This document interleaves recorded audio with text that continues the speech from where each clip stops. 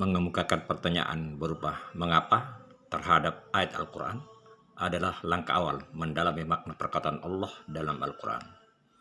Jawaban akan didapatkan melalui inspirasi dalam renungan atau dari sumber di luar diri kita. Sebagai contoh, mengapa bacaan salat subuh dinyatakan bahwa disaksikan oleh malaikat? Bukankah setiap salat selain salat subuh juga disaksikan oleh malaikat? The Linguistic Miracle, episode 75, starting from why, berawal dari mengapa.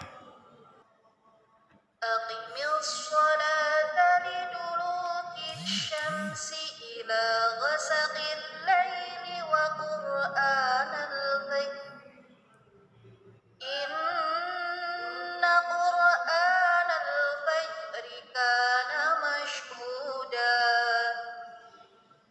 ومن الليل فتهجد به نافلة لك عسى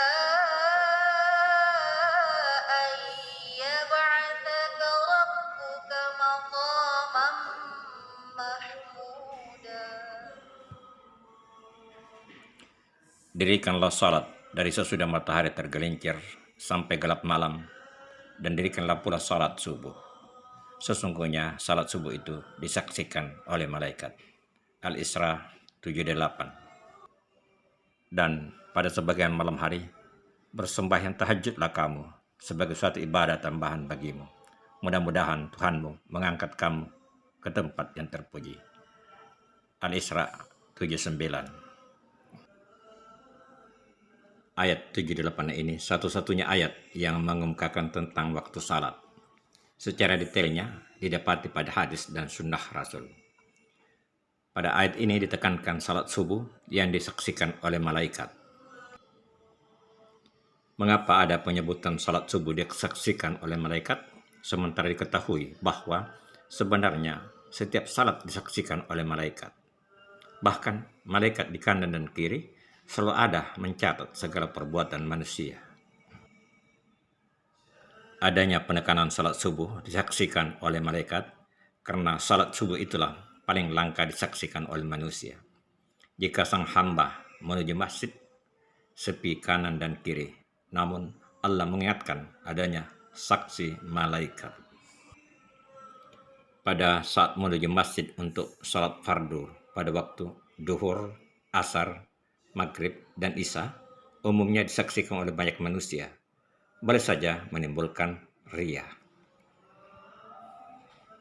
Ada ulama yang berkata bahwa orang yang biasa menuju masjid untuk salat subuh, maka dia berpotensi terbebas dari sifat khianat dan riya atau sifat ingin dipuji.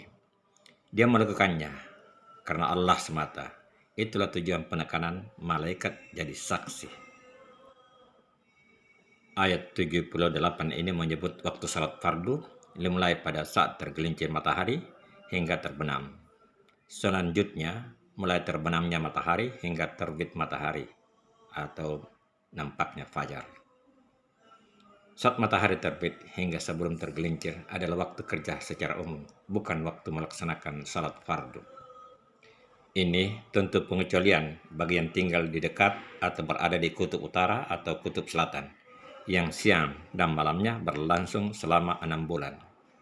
Seorang teman saya yang pernah berada di tempat itu bertanya kepada seorang warga setempat yang kebetulan beragama Islam, bagaimana dengan waktu salat dan puasanya? Jawabannya bahwa bagi warga Islam setempat berpatokan dengan waktu di Mekah sebagai arah kiblat. Jadi mereka melaksanakan salat dan berpuasa berpatokan pada waktu Mekah. Pada ayat selanjutnya ada anjuran untuk melaksanakan salat tahajud, salat yang dilakukan setelah tidur. Salat yang dilakukan di malam hari sebelum tidur hanya disebut salat malam. Apa keutamaan salat setelah tidur? Getaran otak manusia oleh para ahli diklasifikasikan ke dalam 4, namun ada pula yang membaginya ke dalam 5. Kita ambil klasifikasi yang 4, beta, alfa, theta, dan delta.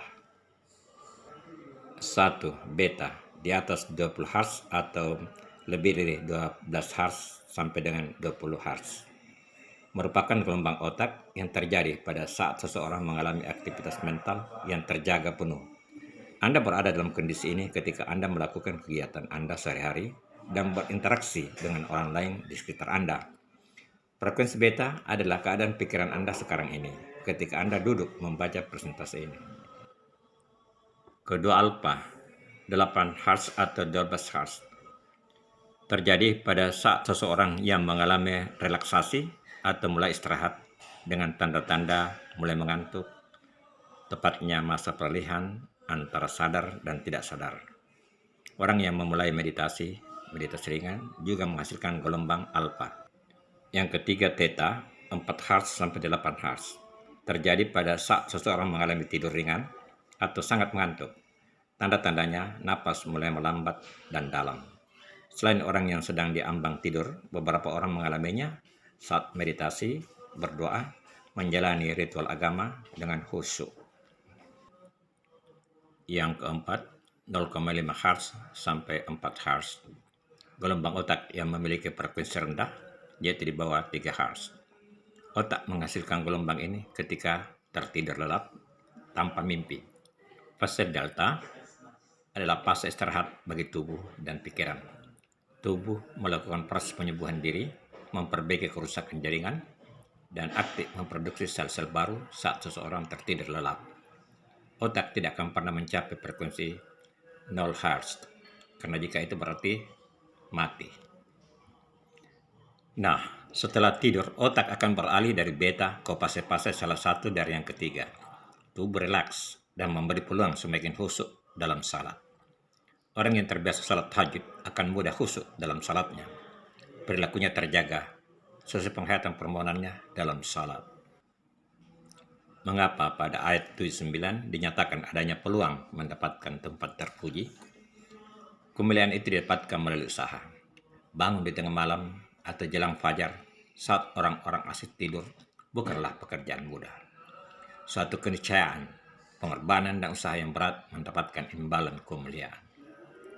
Salat tahajud adalah latihan menundukkan fisik.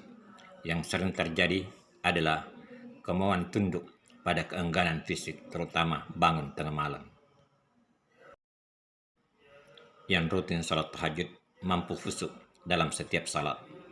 Lisan dan tingkah lakunya terjaga, karena hatinya sesuai bacaan salatnya menjadi penguasa pada fisiknya.